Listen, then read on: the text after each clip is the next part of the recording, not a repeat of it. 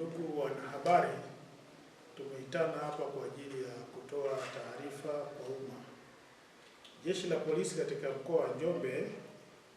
katika kutekeleza majukumu yake ya kila siku kupitia operation na misako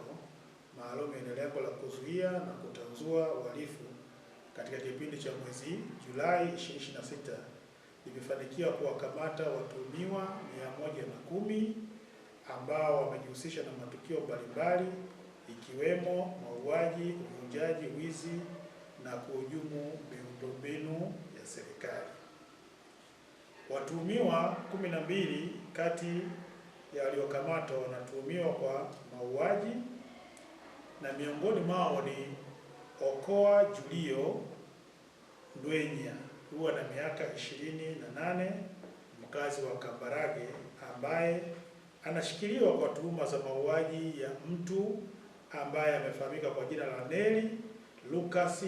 Hokororo, miaka 20, ambaye alikutwa akiwa ameuawa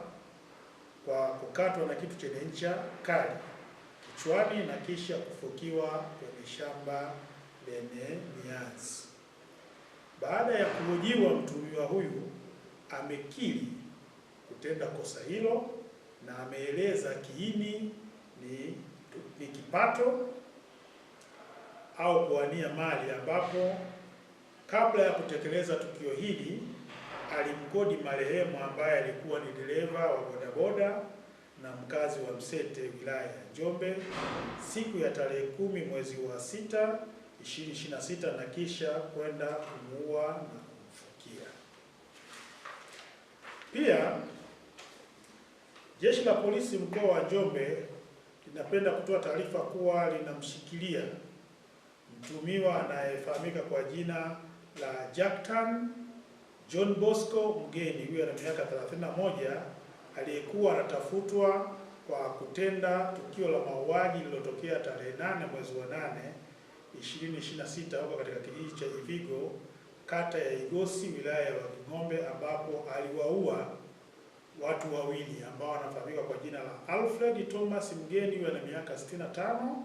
pamoja na mkewe ambaye anafahamika kwa jina la Betes Mandafo Msigala na miaka 55, wote wakazi wa Ivigo, ambao ni baba yake mdogo na mama yake mdogo. Mtuhumiwa baada ya kukamatwa amekiri kutenda tukio hilo, akiwatuhumu marehemu kuwa walikuwa wachawi wanamloga mama yake aitwaye Yusta Yohana Konso, ambaye alitenguka mguu tangu mwezi Julai 2026 na hajapona hadi sasa, licha ya kumpeleka hospitali ya Ikonda kwa ajili ya kupata matibabu. Aidha, Jeshi la Polisi kupitia misako na doria limefanikiwa kuwakamata Venus Julius Kiwago, miaka 45, Oscar Wendelini Kayombo, miaka 30, Flavian Elasto Mloi, miaka 27, na Eliki January Mtega, huyo na miaka 18, ambao walikuwa wakitafutwa kwa muda mrefu kwa makosa mbalimbali ambayo yalikuwa yameripotiwa katika kituo cha polisi wilaya ya Njombe, yakiwemo tuhuma kuhujumu miundombinu ya shirika la TANESCO, kuvunja maduka usiku na kuiba, pamoja na makosa ya wizi. Watuhumiwa hawa ni sugu, wamekuwa na matukio mbalimbali ya kihalifu yakijirudia.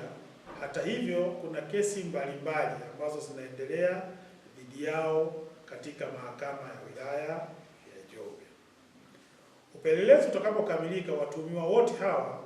waliokamatwa watafikishwa mahakamani ili kujibu tuhuma zinazowakabili. Kwa upande wa kikosi cha usalama barabarani mkoa wa Njombe, kinaendelea kutoa elimu kwa madereva, wamiliki wa vyombo vya moto, abiria na wananchi katika makundi mbalimbali juu ya umuhimu wa kufuata na kuzingatia sheria za usalama barabarani ili kudhibiti ajali ambazo zimekuwa zikigharimu maisha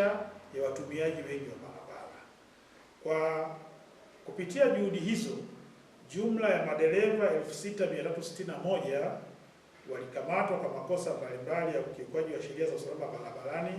Kati ya madereva hao 6354 waliandikiwa faini, madereva 5 walionywa na madereva 2 wameweza kufungiwa leseni zao.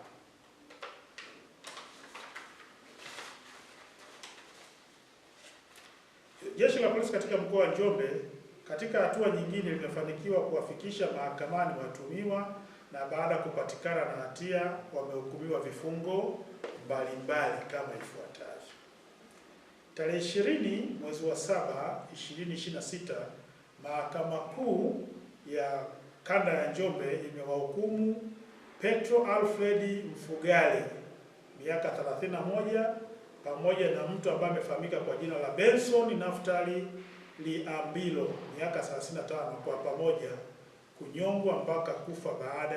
ya kupatikana na hatia ya mauaji ya baba yao mzazi.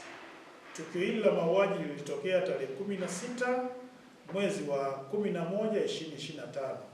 Hii ni kesi namba 29899 mwaka 2025. Lakini tarehe 23 mwezi wa 7 mwaka 2026, Mahakama Kuu Njombe ilimhukumu Richard Francis Kidabulo miaka 32 kifungo cha miaka 4 jela baada ya kupatikana na hatia ya kosa la kuua bila kukusudia.